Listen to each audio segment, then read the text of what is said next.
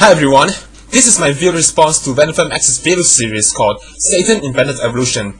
This will be my 8th video, and we will be addressing VenomFangX's last video, which is called his death blow. Okay, let's cut straight to the chase.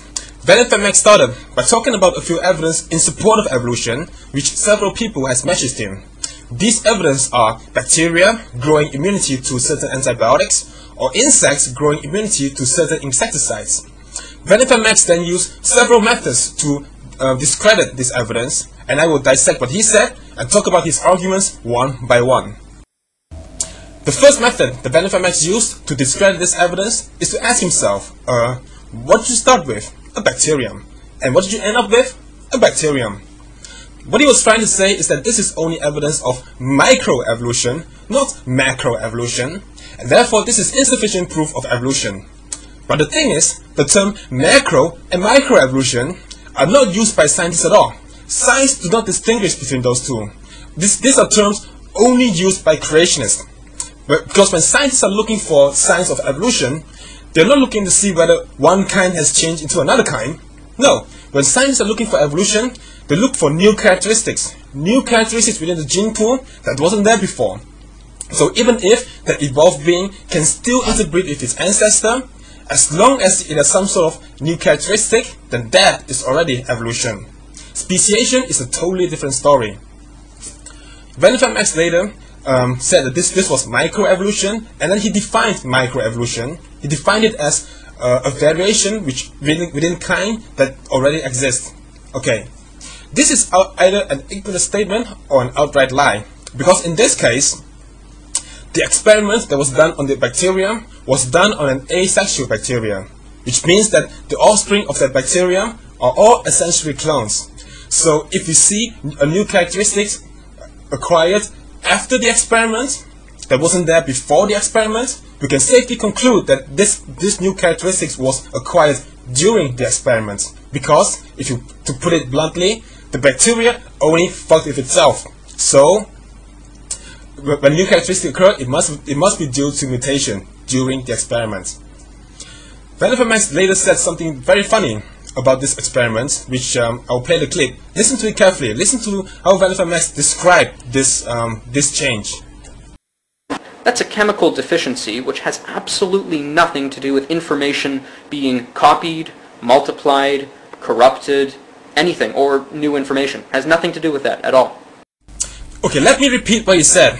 He said, this is a chemical deficiency which has absolutely nothing to do with information being copied, multiplied, corrupted, or anything, all new information. Okay, think about it for a second. Think about what he's trying to tell us.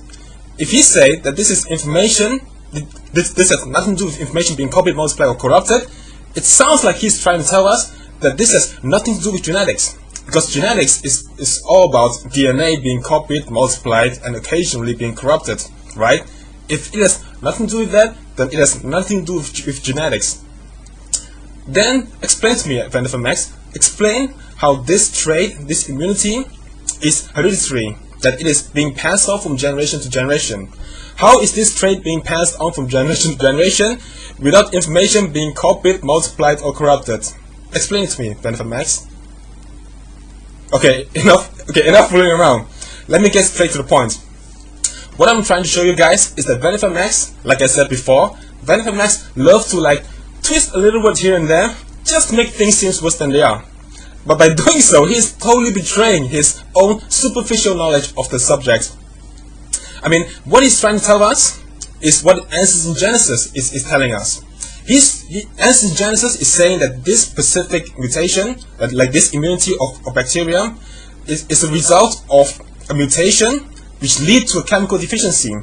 In other words, it does not lead to information increase. But Answers in Genesis do not deny that this is a mutation. They do not deny that this is a beneficial mutation. But this is a mutation that did not lead to information increase. That is what Answers in Genesis is trying to say, and that is what VenomFangX is trying to say. But because VenomFangX does believe that beneficial mutation does not exist, it sort of conflicts. It's conflicting with him, and therefore he totally messed up what is actually going on here. I'm going to accuse VenomFangX of another thing, that he only has a superficial knowledge of what is going on. Because every single time when VenomFangX tries to rephrase things, when he takes the text and tries to rephrase it in his own words, you can see that he takes way too much liberty when he's rephrasing things, so that he takes a few things out of context or totally distort what the text was trying to tell us. And this is another classic example. It has nothing to do with information being copied, multiplied, or corrupted. What are you talking about? Please go and read more books before you make more videos, VenomFangX. The next thing that VenomFangX said is to say, oh, does it mean that I'm evolving into a space mutant? Does it mean that I'm a Teenage Mutant Ninja Turtle? And then you see the opening credits of the X-Men playing, etc. All that nonsense. But anyways, I have 3 things to say about this. The first thing is that he said, "Am I evolving into a space mutant? And I evolving into a Teenage Mutant Ninja Turtle?" That is a straw man, because you're not evolving into anything, and I'm not evolving into anything. It is your children which are born slightly different than you are. And that difference, if there's new characteristics, then that is evolution. After you're born, you do not evolve into anything. So, it's straw man. The second thing is that this is of course an obvious appeal to ridicule. But also, this is the fallacy of the slippery slope. The fallacy of slippery slope is basically like this. Just because this is true, that means that this is also true. Let me give you an example. Let's say I say that I saw John smoking, and then you say, oh, does it mean that he's also using crack, coke, and heroin combined? Does it mean that he's shooting up his eyeballs? Or if I say that I saw John and Mary talking to each other, and then you say, oh, does it mean that they're fucking? Does it mean that he's giving her upper ass? You see what's going on? This is the fallacy of the slippery slope, and actually it's kind of childish, if you ask me. Also, the third thing is that he's bringing up cartoons. He's talking about cartoons in a supposedly scientific debate.